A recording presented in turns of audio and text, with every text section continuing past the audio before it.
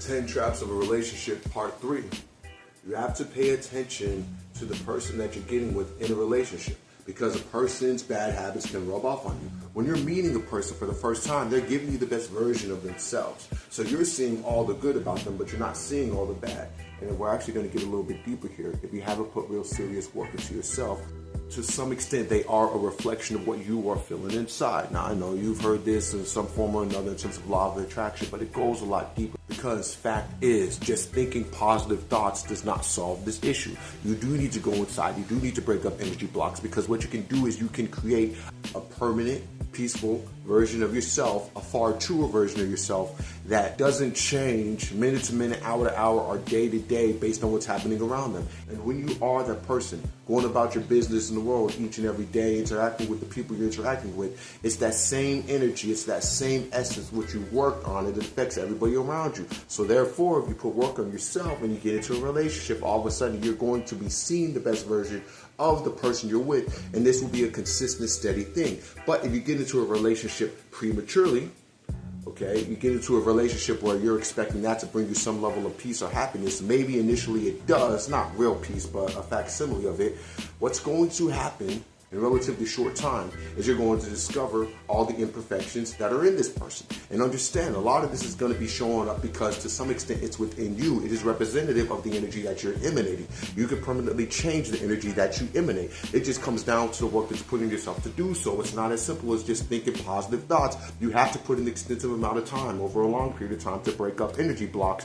Boom, boom, boom, boom, boom, on and on and on until you get to a point of permanent, perpetual peace, which is something that exists but doesn't get talked about. People think that this type of issue could just be solved with thinking positive thoughts, but no, changing the energy within you with day-to-day consistent work permanently changes the thoughts. It gets to a point where negative thoughts can't even enter your mind.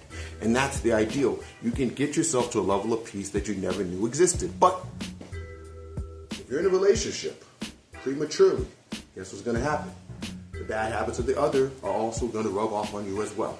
That's what's going to happen. Your bad habits are going to rub off on them. Their bad habits are going to rub off on you. And often you're not even going to appreciate that the bad habits are rubbing off on you. Why would you appreciate that the bad habits are rubbing off on you? You're so familiar with them, and none of this stuff even appears negative to you, because when you're inside a situation, you're not on the outside looking in, you can't see things with the same level of clarity. You form a bias for the person you're with. There's just going to be a bias there, naturally. That's what's to be expected. You won't be willing to admit the negative impact they're having on you.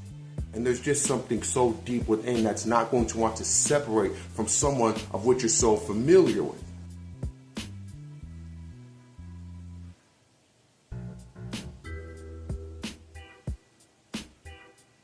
In life, we give a lot of passes to the people that we love, and that's okay. That's what's expected. Okay? But understand, when you get into a relationship prematurely, you're not even mentally, emotionally, or spiritually equipped to be able to offset the negative impact that they have on you. At least not in the way that's necessary to be able to do what you truly need to do for yourself. See, when you actually put a serious amount of work into yourself separately, away from a relationship, when you go into a relationship, the field of energy that you are generating is so strong that all the negative habits or negative emanations coming from the person that you're with cannot impact you in the same way. It's like you created a barrier. It's a real thing, but it doesn't get talked about. But it's deadly real. If you're with someone that drinks a lot more than you, there's a good chance you're going to drink more. If you're with someone that does drugs often, there's a chance you're going to do drugs often as well. It's not a guarantee, but these are the things that happen. If you are with someone who loves to binge TV shows and binge movies, cool. But let's say that's something you don't do and not something you really wanted to do, well, it's more likely that you're going to do that as well. Now, none of this stuff is a guarantee. But this is what happens when you're in a relationship. As I said, that others' habits rub off on you. And if you ever wanted to do deep introspective work, and the person you're with is either anti-deep introspective work or just shows no interest at all, that can impact you too. You see, the more time you put into yourself before you get into a serious relationship, the less the bad habits of the other person will be able to impact you. But of course, this is like prepping yourself ahead of time. And that's the key thing about putting in deep internal work. Because if you did get a certain amount of internal work in before you get into a relationship, even if you did not get yourself to an ideal internal level of peace, just having put in a serious amount of work before you got into the relationship still will serve as somewhat of a barrier for any negative impact that they could potentially have on you. Even though it doesn't mean that it's foolproof by any means. There is a point you can get to where it is foolproof. But we're talking about in terms of you just did some work and you didn't really get yourself to that deep, satisfying, unbelievable, permanent internal peace, which is available to every human being. The facial expression and tics of the person you're with. Whether the person you're with is clean or whether they're messy. How the person talks to your kids, if you have kids. How the person talks to you or how they don't talk to you, how respectful they are to you, how they listen to you, what the eye contact is like, what their tonality is like. All of these habits, whether good or bad, are going to rub off on you to some extent if you have not put in a certain amount of work on yourself. Okay, they could be infinitesimal habits you never think about, the most subtle things affecting you day in and day out, because when you're with someone, especially when you live with them, there's a much higher potential of the bad habits being able to rub off on you. This is something we don't appreciate because we think in terms of it just being something flagrant and obvious, but it could be small too. And sometimes someone just feeling like shit, and they always just internally feel like shit, and they're around you while they're feeling like shit. Could have you shift from a place where you're feeling pretty good to, guess what? Feeling like shit. That's what happens. That's what can happen. Things we don't think about.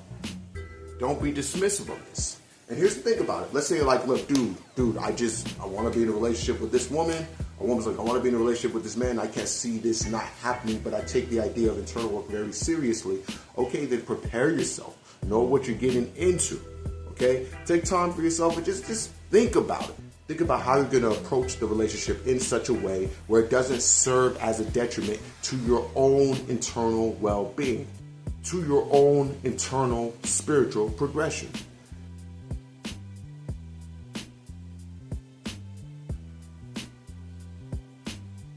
And yes, you may have experienced the opposite where you've gotten with someone and actually their good habits rubbed off on you, but for some reason that didn't work out, which that's an interesting scenario as well. Why did that happen? I think that is a rare case where you get with someone and their good habits rub off on you and somehow that relationship falls apart. If that's the case, then maybe you were the problem. I don't know. Ultimately, it's a shared thing, even if someone has more good habits than the other. But the thing is, you want to get yourself to a point internally where, because of the energy that you are emanating, when you get into a relationship, there's never enough negativity that exists within the relationship where y'all ever have to break up.